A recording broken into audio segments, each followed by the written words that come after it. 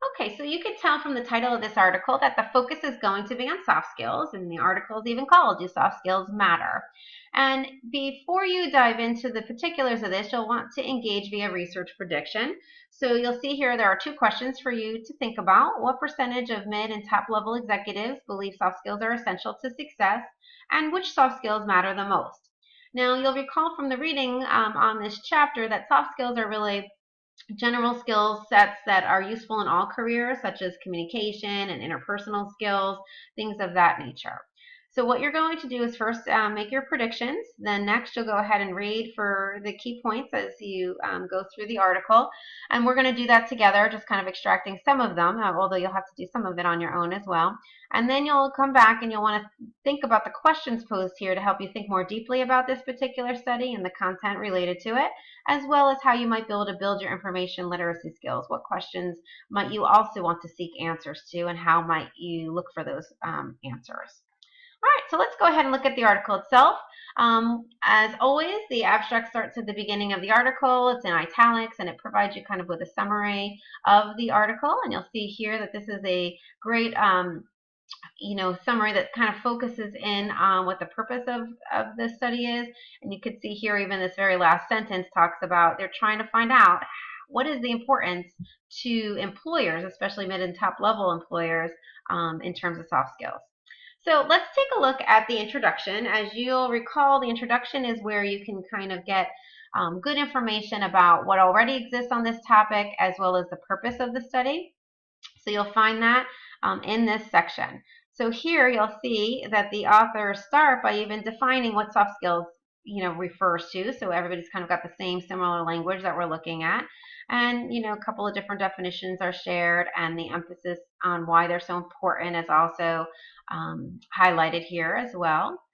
You'll see at the end of that section they have a little paragraph here focusing on the purpose of this particular article, which is about really better understanding the employer perception of the importance of soft skills, so that educators can take this information and put it into practice as they're thinking about how to best integrate these skills into their curriculum.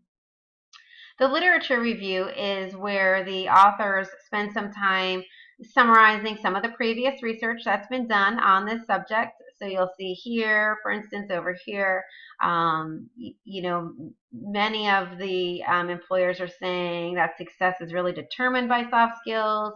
Communication seems to be one that's pretty high level, really highly valued by other folks. So you'll see here that there's a lot of good data that provides you with a good summary of the soft skill literature. Okay, so I'm going to scroll down and just get to the next section to orient you to that. All right, so now we're in the research methodology section. So this is really helping you understand, well, what did they do? What was this study? And you can see here that they had folks fill out a questionnaire, which is in the appendix actually, so we'll scan to that in a few moments. And they wanted to get a better sense of what their experience was in terms of the soft skills of their employees. So they sent out this survey, and they had 160 mid to top level executives, work on the survey.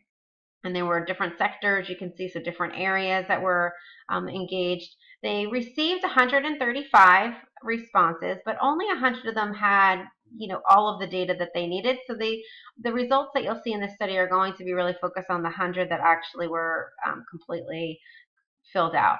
And then they did follow up with telephone conversations if they needed to get some more clarity or wanted to get a deeper dive into the process. So now let's take a look at the findings. So now we understand the method part is how did they conduct it. It was a survey followed up by telephone interviews. We know how many. What did they find? What were the answers to their research questions? Well, the first question that the authors were interested in was, do employers value soft skills? So right away you can see the answer to that question is yes, 86% that they are, yes, indeed, very important. It refers us down to figure 1. If we take a look, you can see only 11% said no, and 3% were not sure or said they couldn't say. Okay, so we already have an answer to the first question. Pretty simple, pretty straightforward. Now, interestingly enough, there were some other questions as well. Many of the survey responders said that the students, the graduates that are coming in, are not walking in with the skill sets needed. So there are 82% of them saying there are gaps between what industry requires and what the colleges and universities are focusing on. So although they're saying, yes, they're very important, they're saying, you know what, we're not getting folks walking in with the skill sets that we need, which is kind of problematic. So the next question had to do with which soft skills matter the most. So now if we take a close look here, you'll see the results show that communication skills were the ones that were most highly valued, followed by interpersonal skills and teamwork and leadership skills. And if you continue reading, it'll refer us down to figure 2. So we can take a look at this chart to see which skills were most highly valued. And again, they were all very highly valued. So it's not like it's dramatically different. Like folks are saying communication really matters and conflict management doesn't. But, you know, the 2 most important ones certainly were communication and interpersonal skills. So you can go back and read a little bit more information about, you know, the data here. Now let's go ahead and shift down to the discussion and the conclusion section. So once you know the answers to your questions, the authors need to kind of put that data back into context for you, you know, bringing it back into the other literature that exists and trying to make sense of the findings that they discovered through this research study and how we might be able to take action on them. So clearly, you know, there were a couple of key findings here. One was that employers are very much valuing soft skills, especially communication and interpersonal skills, I should say. And in addition, there's a big gap, you know, in terms of what colleges are producing and what industry really needs.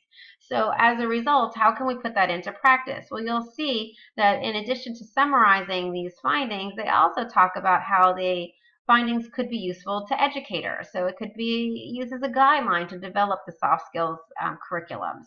You know, this is really, I think, the point of the study is how can we put this into practice? We need to know what is the nature of soft skill development, and then what do we need to do as educators to really enhance those skills. So for you as a student reading this study, you want to think not only about the importance of educators putting this into the curriculum, but if that doesn't happen, what might you do as a student if it's not an explicit skill that's being taught to you in your courses? You know, what opportunities might you be able to seek out to really develop these soft skills so that when you walk into the world of work, you're walking in with the skills that employers are looking for? And then, of course, at the end of the research study, we always have some ideas about how we might want to take a deeper look at this topic, and the authors provide you with some ideas about how you might further investigate the soft skills. And of course, you have the reference page, and then I just want to draw your attention to the fact that they actually do have the specific questionnaire. This isn't always included in a research article, but when it is, you can really get a better handle on what it is that they asked, and that helps you better understand the findings. So make sure you take advantage of all the components that they do provide you with. Hopefully this has provided you with a good support in understanding the nature of this article. Now it's time for you to go back, do a deeper dive, read for those key points, and then go back and critically think and think about also how you might build some of those information literacy skills.